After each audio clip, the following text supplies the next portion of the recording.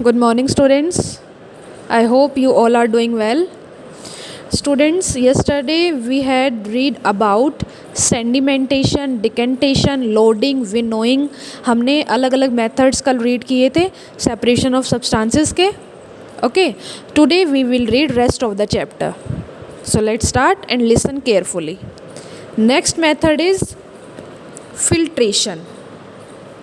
Filtration is a process by which insoluble solids can be removed from a liquid by using a filter paper. Filtration एक process है, एक प्रक्रिया है जिसमें insoluble solids मतलब जो सोल्यूबल नहीं होते, जो घुलते नहीं है, उन्हें लिक्विड में से रिमूव किया जाता है, हटाया जाता है by using a filter paper, एक फिल्टर पेपर का यूज़ करके. A filter paper is a special type of paper which has pores that are tiny enough to let only liquids pass through it. तो filter paper एक special type का paper होता है जिसमें छोटे छोटे से पोर्स होते हैं और वो इतने छोटे होते हैं कि उनमें से सिर्फ लिक्विड ही पास हो सकता है, मतलब उनमें से सॉलिड इम्प्योरिटीज़ पास नहीं हो सकती. If you pass a solution through filter paper, any dissolved solid particles will get left behind on the paper whereas the liquid will filter through. The liquid that passes through it is called the filtrate and the undissolved solid particles are called residue. अगर आप एक solution को filter paper में से पास करते हो तो जो अनडिसॉल्व सॉलिड पार्टिकल्स होते हैं, मतलब जो पानी में जो डिसॉल्व नहीं होते, वो फिल्टर पेपर के ऊपर ही रह जाते हैं. ओके, और जो लिक्विड वाटर होता है वो फिल्टर पेपर से नीचे आ जाता है. तो जो लिक्विड जो उसमें से पास हो जाता है उसे तो हम फिल्ट्रेट कहते हैं, और जो अनडिसॉल्व्ड सॉलिड पार्टिकल्स होते हैं जो फिल्टर पेपर के ऊपर ही रह जाते हैं उन्हें क्या बोला जाता है? Residue. Filtration is commonly used in our homes. For example, after preparing tea, we filter out the tea leaves using a strainer. Fruit and vegetable juices are usually filtered before drinking to separate the seeds and solid particles from the pulp. The method of filtration is also used in the process of preparing cottage cheese, paneer in our homes. You might have seen that for making paneer, a few drops of lemon juice are added to the milk as it boils. This gives a mixture of particles of solid paneer and a liquid.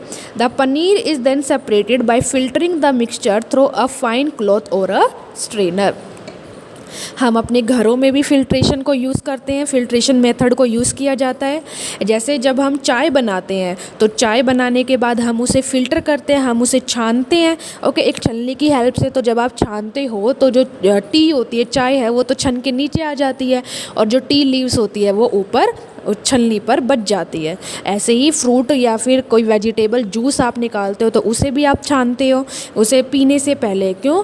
ताकि उसमें से जो seeds है या फिर जो solid particle है वो स्ट्रेनर पर, छलनी पर ऊपर ही रह जाए और जूस हमें मिल जाए पीने के लिए. ओके, और इस मेथड का यूज़ किया जाता है पनीर बनाने के लिए भी, घरों में यूज़ किया जाता है. पनीर बनाने के लिए आप उसमें जैसे पहले आप दूध को जब उबालते हैं तो उसमें आप कुछ ड्रॉप्स डाल देते हैं लेमन जूस की. तो इससे क्या, लेमन जूस को मतलब जब हम लेमन जूस डालते हैं तो इससे क्या मिलता है, हमें सॉलिड पनीर मिल जाता है और लिक्विड बनता है. तो सॉलिड पनीर और लिक्विड को हम फिल्टर कर लेते हैं जिससे हमें पनीर हमें छलनी के ऊपर ही रह जाता है और जो लिक्विड होता है वो स्ट्रेनर से नीचे आ जाता है. ओके, तो इस प्रोसेस को हम क्या बोलते हैं? Filtration. Activity 4, to separate soil from water by filtration. Soil को हम वाटर से फिल्ट्रेशन मेथड से कैसे सेपरेट कर सकते हैं? Mix some soil and water in a glass and let it stand for half an hour. What do you observe? Does some soil settle at the bottom of water? Why? What will you call this process? Now slightly tilt the glass without disturbing the water. Let the water from the top flow into the another glass. What will you call this process? Is the water in the second glass still muddy? Now filter it through a piece of cloth. In a piece of cloth, small holes or pores remain in between the woven thread. These pores in a cloth can be used as a filter. If the water is still muddy, impurities can be separated by a filter that has even smaller pores. A filter paper is one such filter that has very fine pores in it. Figure B shows the steps involved in using a filter paper. A filter paper folded in the form of a cone is fixed onto a funnel. The mixture is then poured on the filter paper. Solid particles in the mixture do not pass through it and remain on the filter. तो filtration को method को use करने के लिए एक activity दी हुई है आपको।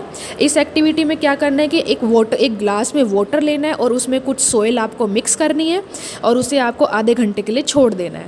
तो क्या उसमें जो सोयल है कुछ सोयल वो ग्लास में नीचे बैठ जाती है, वाटर में नीचे बैठ जाती है। उसके बाद आपको ग्लास को मतलब टिल्ट करना है, वाटर को आपको डिस्टर्ब नहीं करना और आपको जो वाटर है क्योंकि जो इम्प्योरिटीज़ है वो तो नीचे बैठ जाएगी, जो सोयल है वो तो नीचे बैठ जाएगी। तो आपको वो जो ऊपर का जो वाटर है उसको आपको धीरे से दूसरे ग्लास में ले लेना है। तो क्या सेकंड ग्लास का वाटर जो है वो अब भी मडी है, मतलब अभी भी उसमें सोइल प्रेजेंट है। तो फिर आपको एक पीस ऑफ क्लॉथ लेना है और उसे फ़िल्टर करना है, क्योंकि जो क्लॉथ का जो पीस होता है उसमें छोटे छोटे होल्स और पोर्स प्रेजेंट होते हैं। ओके, तो हम उसे फ़िल्टर की तरह यूज़ कर सकते हैं। फ़िल्टर करने के बाद आपको देखना है कि क्या वाटर फिर से मडी है, उसमें फिर से सॉइल पार्टिकल प्रेजेंट हैं। तो फिर आपको एक और फ़िल्टर पेपर आप यूज़ कर सकते हैं जिसमें और भी ज़्यादा छोटे छोटे पोर्स होते हैं। तो जब आप उसे फ़िल्टर करोगे तो फ़िल्टर करने के बाद आपको एक मतलब वाटर मिल जाएगा। आपको क्या करना है कि एक फ़िल्टर पेपर लेना है और उसे कोन की शेप में, जैसे आपको डायग्राम में भी दिया है, कोन की शेप में आपको यूज़ करना है और मिक्सचर को आपको उसमें पोर करना है। तो जो सॉलिड पार्टिकल जो होते हैं वो ऊपर ही रह जाते हैं और हमें नीचे वाटर मिल जाता है। देखो डायग्राम में भी पहले separating two component by sedimentation और डिकेंटेशन, पहले आपने वाटर का और सॉइल का मिक्सचर लिया, वाटर को हमने अलग कर लिया, फिर हमने फनल बनाया और फनल से हमने फिल्ट्रेशन का यूज़ करके फिल्टर कर लिया वाटर को। Okay,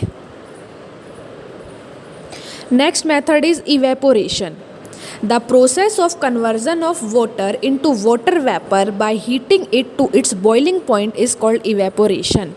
For example, the salt can be easily obtained from the salty water by the process of evaporation. If we boil this water, the water evaporates completely, leaving behind only the salt. जब water को हम heat करते हैं तो water से जब water vapour बनते हैं तो उस प्रोसेस को क्या बोला जाता है? इवेपोरेशन.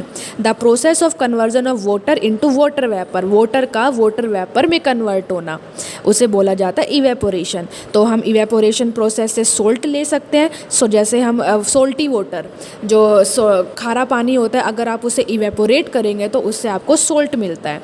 अगर हम उस वाटर को बॉयल करेंगे तो वो वाटर जो होता है वो इवेपोरेट्स होना शुरू कर देता है, वो बहुत ज़्यादा इवेपोरेट होएगा और उससे क्या हो जाएगा? हमें सोल्ट मिलता है, नमक मिलता है. Okay, to separate a mixture of salt and water, salt और वाटर के मिक्सचर को कैसे सेपरेट किया जाता है? Heat a boil containing some water, allow the water to boil. If you continue heating, would the water turn into steam? Heat a bowl containing salt water till it disappears completely.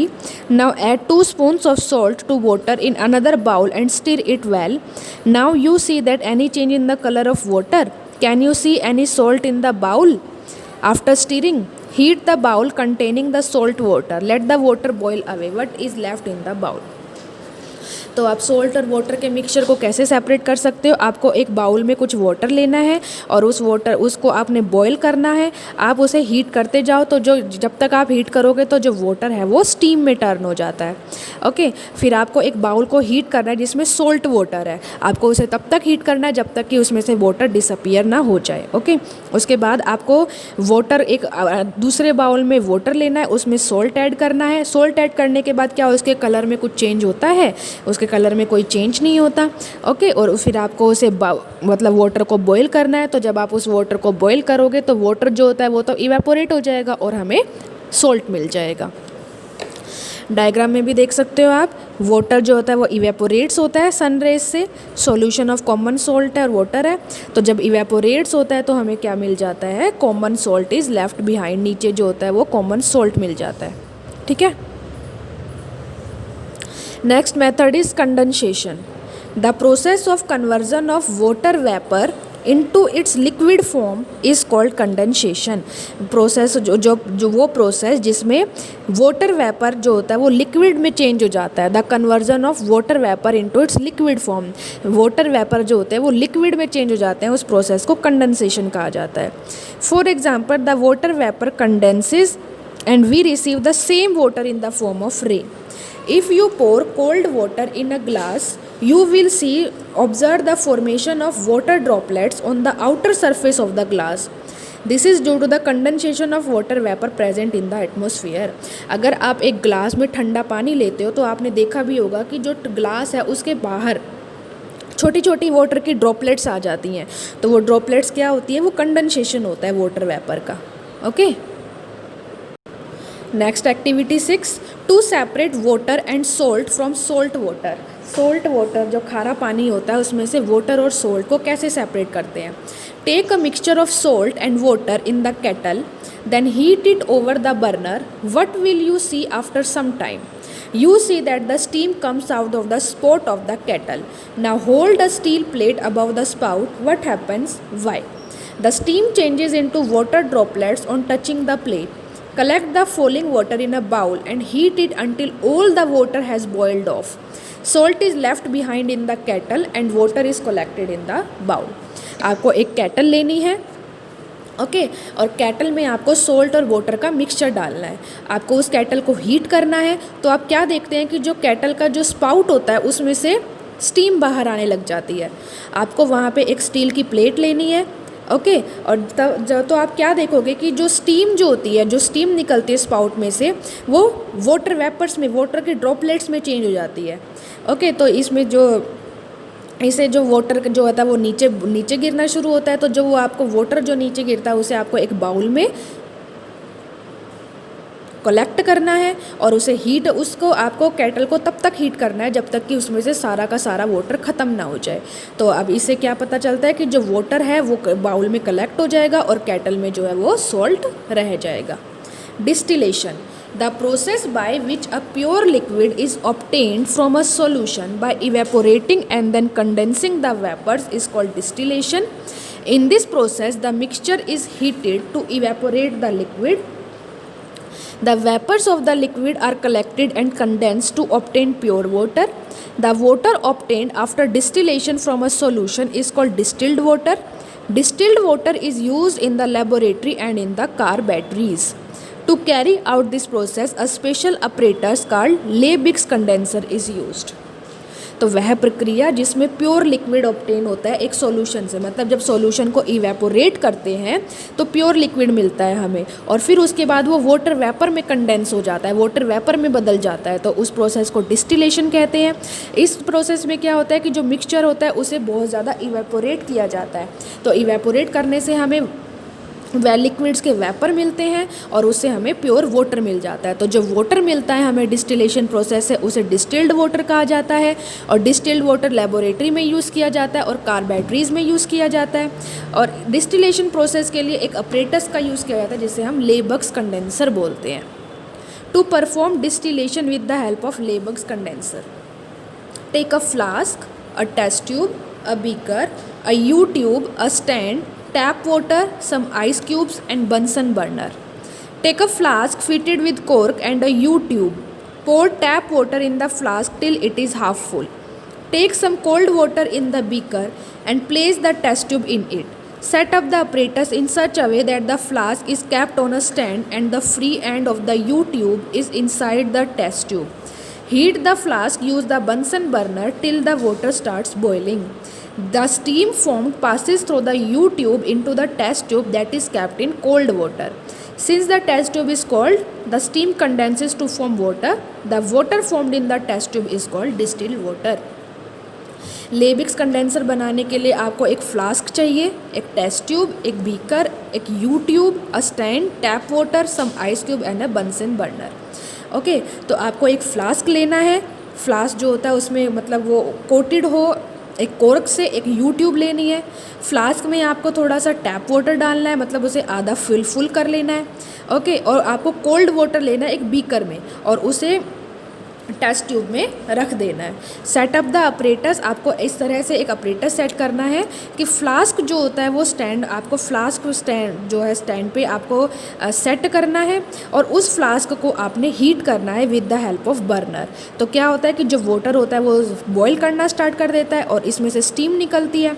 तो जो steam जो यहाँ से निकलती है वो कहाँ पे आ जाएगी, इस बीकर में जो होती है वो मतलब आ जाती है। और जो स्टीम जो होती है वो वाटर की फॉर्म में आती है। तो जो ये वाटर जो इस बर्नर में कलेक्ट होता है इसे हम क्या बोलते हैं, distilled water. Okay, so students we have completed this chapter. अब इस चैप्टर में हमने क्या रीड किया, we need to separate a useful substance from a mixture. एक मिक्सचर से हम एक यूज़फुल सब्सटेंस को सेपरेट करने की ज़रूरत पड़ती है।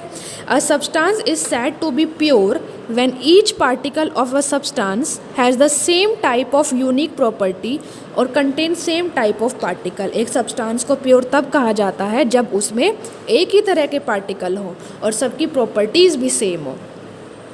A substance which is composed of two or more substances in which each component retain its unique property or has different type of particle is called a mixture।